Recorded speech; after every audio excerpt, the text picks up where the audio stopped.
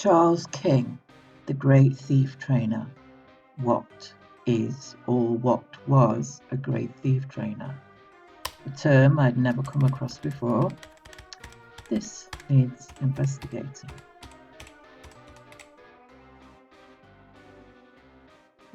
The title alone leads one's imagination down a path of Victorian London, with swirling smog lingering in the air, horses' hooves from hansom cabs clattering on the cobblestones.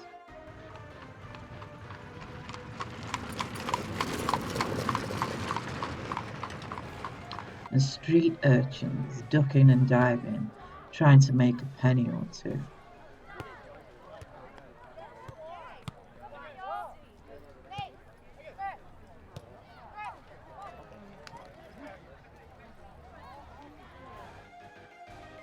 The upper-class aristocrats with their large houses and luxurious living, many holding seats in government. The middle class with their growing business empires.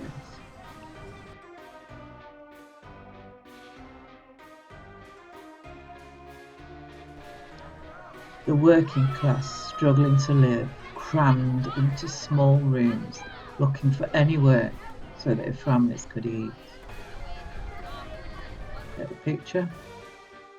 Very Dickensian. Charles King was a 32-year-old Metropolitan plainclothes police officer who was placed in the crowds to catch pickpockets. Apparently, he wasn't very good at catching them, and no wonder, as he had himself gathered a group of young boys to pick pockets amongst the crowds gathered at fairs, marketplaces, or any event.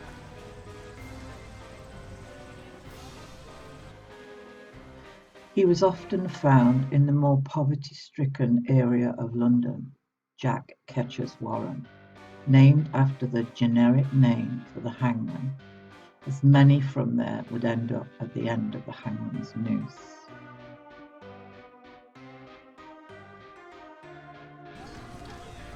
He frequented places known as flash houses, where stolen goods were fenced. They were usually pubs or lodging houses, one being, I believe, Prigg's Haunt, where he would teach poor young boys how to pickpockets and burglarize.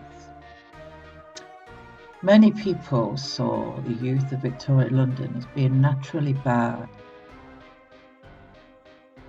Because children were always used, as they were quick, went unnoticed, and were raised into a life of crime. But stealing was their only option for survival. They were cold, homeless, and hungry.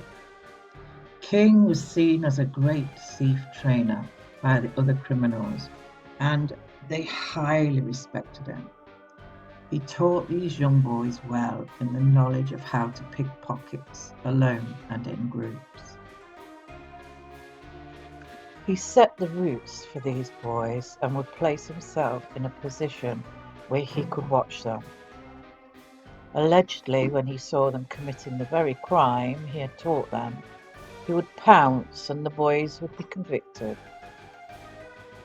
securing him the praise of his superiors, gain rewards, and pocket a decent court fee, of which the arresting officer would keep. Both himself and some of the boys made a very good living by these deeds, both from the courts and their ill-gotten earnings. The tide was beginning to turn for Mr. King, as some of his more honest co-workers were beginning to question the company he was keeping, and started to look more closely at him. On one occasion, the Serpentine was frozen, and many people liked to skate. King took his young charges and instructed them on who to target. They chose a young lady. The boy picked her purse, gave the money to King, who then placed the empty purse into a hole in a tree. A park keeper saw all of this Not knowing who King was, he called to a nearby policeman, and they headed towards the group. The group quickly dispersed and got clean away. The keeper later found the empty purse and handed it over to the police. He gave a description of who he saw and told them where it was found. Other officers noticed and reported that they had seen King with a group of boys. They began to question King's involvement.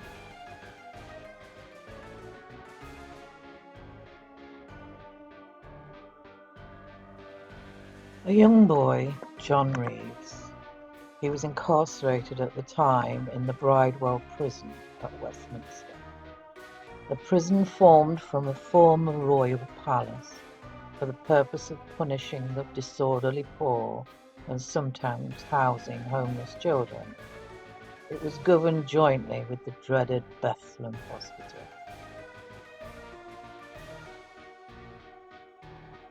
With an incentive to be released, Reeves decided to turn Queen's evidence, a British law where a convict can give information on other people in return for a reduced sentence for their own crime, and told the police about his exploits with King. How he would go to the parks with him and other boys, King would help find likely targets, and the young boys would pickpocket while King watched. He was said to take around £100, a lot of money in those days. King would make sure he was on the spot in case someone caught the boy, and he was conveniently, as a police officer, in place to take over. King was highly regarded by the criminal community and was very sure of himself. But this was the end of Mr. Charles King's reign as a great thief trainer. The judge sentenced him to 14 years penal transportation, stating that it was, quote, an offence of the vilest character, casting discredit upon a most useful body of men, end quote, and, as was common in the 1800s, shipped off to Australia.